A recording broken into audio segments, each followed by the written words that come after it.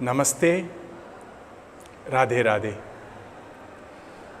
A very warm, the International Day of Yoga wishes to all our beloved friends who are associated with yoga and with our Love to Share Foundation America. Let us start with the traditional remembrance and gratitude to our own master, the one who has put us in this path of yoga. Kalage sundarakaram sadaika priyadarshanam ajnana nashakam devam sadgurum Muralidharam. Yoga, I think, is one of the most vital needs for people like us who are the denizens of this world, especially during the current times where we need tremendous strength of the body, mind, keenness and sharpness of the intellect, and above all, joy within. Yoga, like dharma, karma, bhakti, I'm sure you are aware of these four terms, which has been widely used in the West and in the East alike. Yoga, bhakti, dharma, and karma. You know, all these four words have something very much in common. The secret of work, as per our ancient Indian tradition and culture, is fuse the means and the end. Consider the path as the destination, and we shall joyfully reach the destination. In other words, relish the path as much as we would relish the destination which a path may lead us to. Fuse the means and the end. Let us start with the word bhakti. Loosely translated, bhakti means devotion. But if you go a little deeper, bhakti means two things: the path of doing various activities, practicing various procedures in the path of devotion, and it also means the destination, which means an heart filled with devotion. That's also called bhakti. The means to that immense universal love which encompasses all and excludes none is also called bhakti.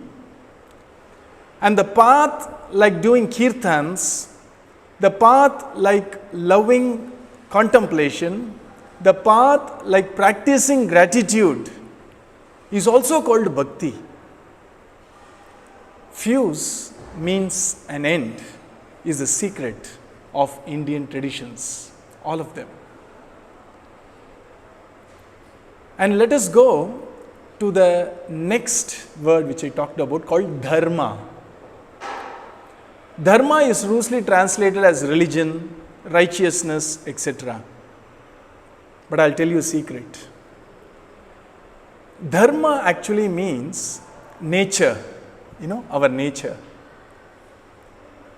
And what it really implies is, what is the highest nature which we can exude or which we can live with? The potential highest human nature is dharma.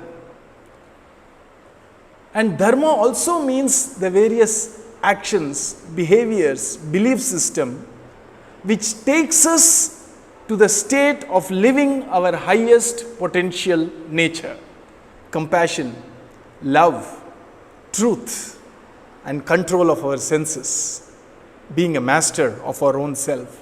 All this is dharma. It is very beautifully shown as 4 legs of a cow called Dharma. The 4 legs are truth, compassion, and ability to control our senses, penance. And the 4th leg is purity, inner purity and external purity. Then let us go to the next word, which is karma. Karma is any act, isn't it? But in Indian tradition, karma means not only the act, it also means the fruit or the consequence of the act or the choice which we make. See, the one word encompasses both the means and the end. Now let us come to the topic of the day, yoga. And now I am sure you got the thread of where I am coming to. Yoga means, apart from other things, yoga means 2 things. One is yoking, which means control.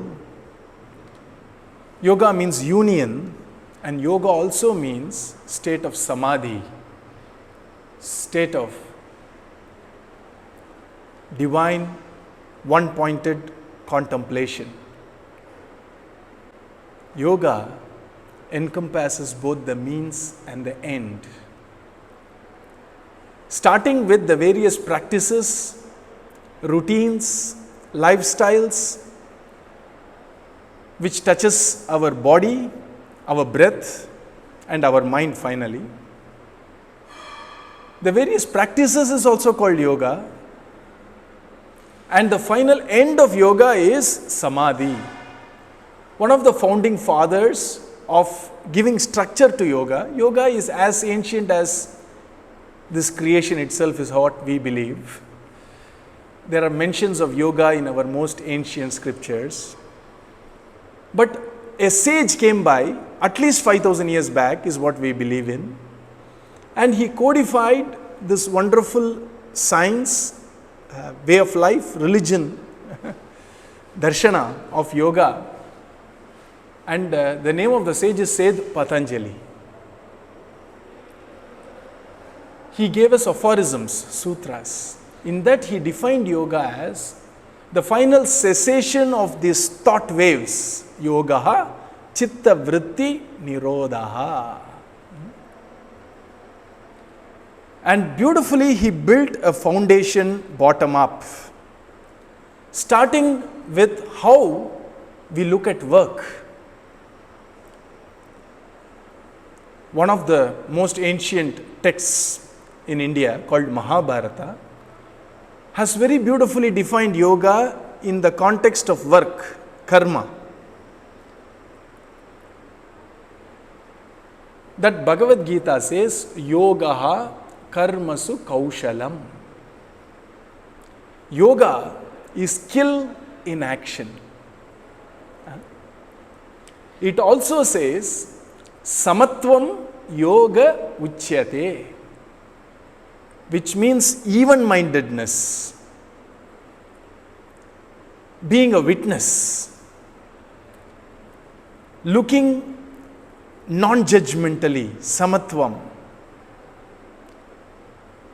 not at others, but also at our own experiences, not judging something as this is pain, this is pleasure, I want pleasure, I want to avoid pain, type of a thing. Samatvam yoga uchyate. So, our ancient system of the science of yoga teaches us to look at work where we can fuse the means and end, which means while I work, I am so much engaged in work that the very act of my work or very act of me doing a work itself gives me this tremendous joy because of the attention and passion I give to work. We get vexed by work when we look at work as a means alone for some reward to come in future. The moment time comes in, I am sure you would have noticed, resistance comes in, mental resistance. The moment time comes in, we lose the joy of work. One of the wonderful American philosophers, I think it was Emerson, Ralph Emerson, he very beautifully says that the very reward of work is to have been given an opportunity to work itself. He beautifully has paraphrased Karma Yoga brilliantly in a very Western context. So, yoga to start with is we look at work, and we look at work even-mindedly, and we put all our energy into work so that work does not become a burden. We don't resist work, and we get the joy of being engaged in work with passion. Then yoga moves to bodily control, having a supple body, giving us various exercises which is in tune with the physiological model of ancient India. And there are asanas. Asanas is the various postures, and then there are various namaskarams like Surya Namaskaram, and I'd like to refer to it as Surya Namaskaram. We have imbibed a lot of Latin words, French words in English. There is no harm in naming sun's salutation as Surya Namaskara, giving due credit to the source. I am old-fashioned maybe. So this first step is to make the body fit, strong, able, and that's called Hatha Yoga. And mostly, I think people who are not too much introduced to yoga consider that as the yoga, the exercises of stretching, postures, sitting postures, stretching postures, various asanas, the lotus posture, etc., Padmasana. Actually, in yoga, it is the foundation, is a starting point, and then comes the control of breath. The ancient yogic, can I call spiritual scientists in India, they realized that breath is a bridge between body and the mind. Mind is very difficult for us to hold on to. I am not able to control my mind by commands. And they found out a lovely way to do that. They found out that if I can control body movements, if I can sort of still my body, control my body movements, be aware of my body, and if I am aware of my breath, control my movement of breath, which is threefold: inhalation, retention, exhalation. It is called Purakam, Kumbhakam, Rechakam in Sanskritam. And they have realized that if I can still my bodily movements and control my breath and still my breath, mind seems to come under its control. I am able to still the mind over practice. So, if at all there is something called a practical religion which can be experimented and largely universal in its appeal, I dare say it is yoga. If we can take an aspect of Indian spirituality and take it across denominations of the world, I dare say it is yoga, because those practices work. They work like a charm. And so I was saying that yoga is both means and the end. The means of the yoga is this: first is our routines and our lifestyle, yama and niyama. Then comes our exercises. First is asana, which is our bodily posture control, and pranayama, which is the control of the movement of breath. In our philosophy of yoga, breath is not merely air going in and going out.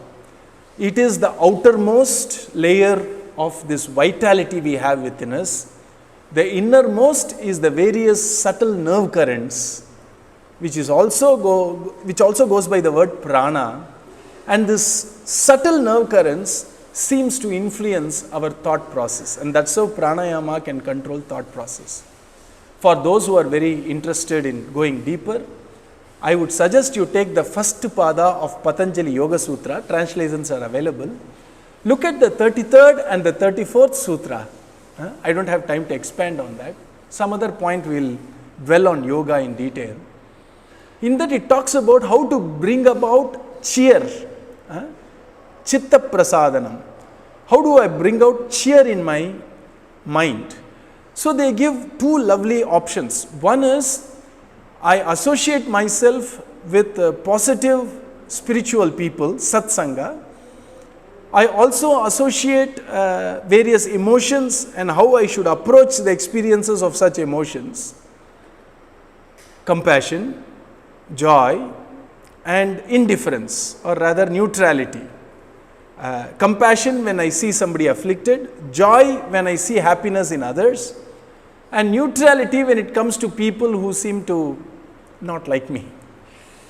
And then in the 34th Sutra, Patanjali Maharishi says, or I will give you another option, control your breath, the inflow, the outflow and the retention of the breath.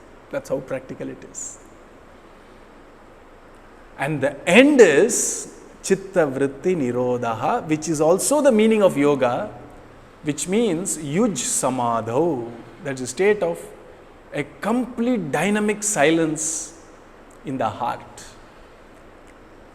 where actions, thoughts if required, behaviors if required, just flow effortlessly without resistance, without any effort in or out. What we call as flow, no? is that state of sahaj samadhi. That's the state where the great realized masters of all over the world, that is the state they constantly lived in.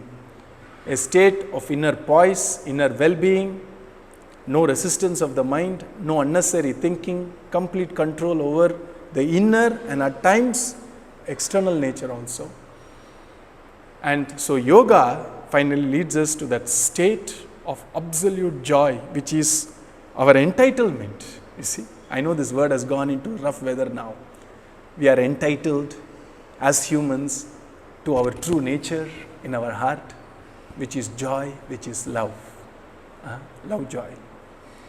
And yoga leads us there. So yoga is both the means to that joy and love, which is our true inner self. And yoga is also the means to reach there. We have two wonderful yoga instructors with us, teachers with us, Sri Swamiji and Geeta ji, who are going to take us through some simple practices of yoga, which I am sure can supplement our pursuit to happiness, our pursuit to perfection, and our pursuit to that infinite universal love which embraces all and excludes none. My special thanks to the Love to Share Foundation America, specifically to Dr. Lakshmiji for inviting me to deliver a few thoughts as a keynote address on this very important day for all of us, the International Day of Yoga. May the One fill our hearts with love and joy, and may He make the world a happier place. May she make all of us happy and loving. Thank you. Radhe Radhe.